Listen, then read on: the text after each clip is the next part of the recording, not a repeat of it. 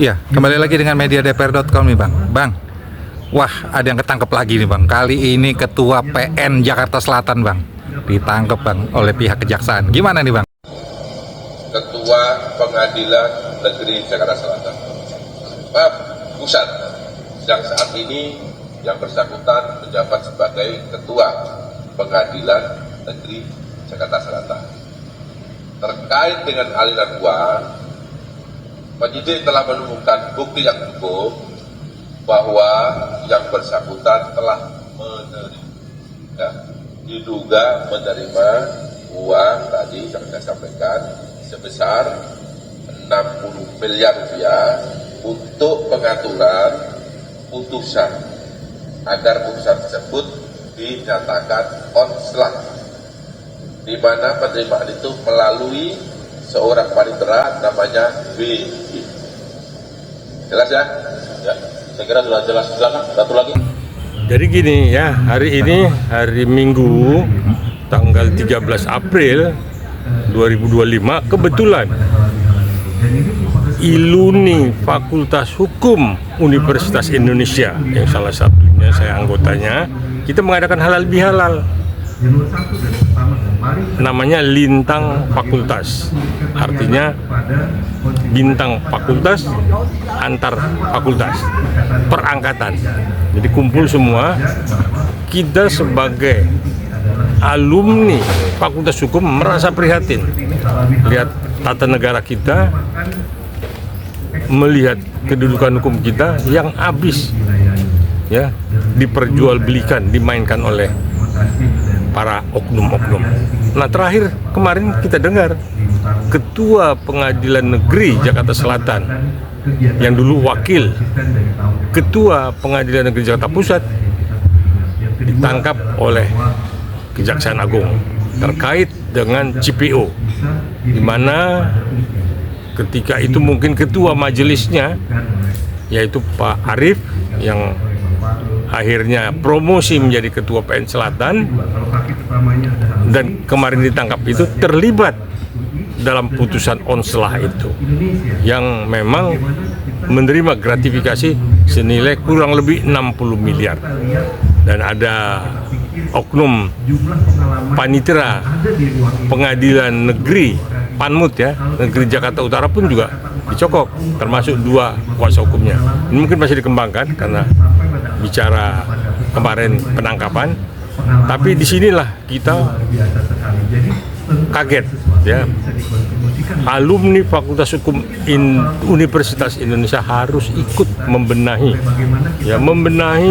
hukum di Republik ini. Tidak bisa hanya kita sebagai penonton, tidak bisa kita hanya sebagai pengkritik, harus turut berkontribusi kepada pemerintah bagaimana membenahi sistem hukum di Republik ini. Nah, inilah kita kumpul ya, ada kurang lebih 180 orang ya, yang memang mantan-mantan pejabat, ada mantan jaksa, mantan anggota DPR, mantan hakim, mantan, semua kumpul di sini alumni itu ya, yang tersebar di seluruh Indonesia. Nah, inilah tadi akhirnya salah satu yang dibicarakan, seperti apa menyikapi keprihatinan penegakan hukum di Indonesia, karena kasihan rakyat yang memang ingin menggapai keadilan tetapi selalu tajam ke bawah dan tumpul ke atas. Nah, untuk itu kita tunggu seperti apa nanti hasil penyidikan dan pengembangan dari Kejaksaan Agung, kita evaluasi dan kita komentari lagi.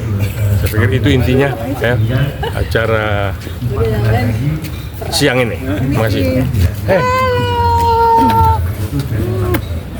Gue baru nanya, gimana ya Karta? Tuh kan, Sudah tahun gak gue ketemu. bilangin apa? Gue bilang apa? Ada sih. Lucu, nanti kita kontak. Ya. Bang, angkanya kan 60 miliar nih Bang, yang ditangkap kemarin gitu.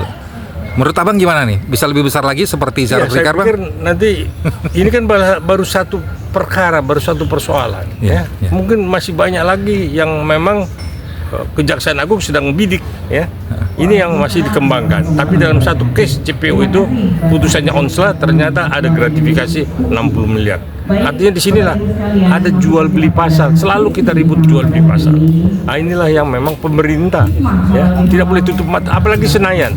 Senayan tidak pernah ada pansus yang 1 triliun, yang ratusan miliar, yang kalau ratusan juta udahlah biayanya mungkin terlalu kecil.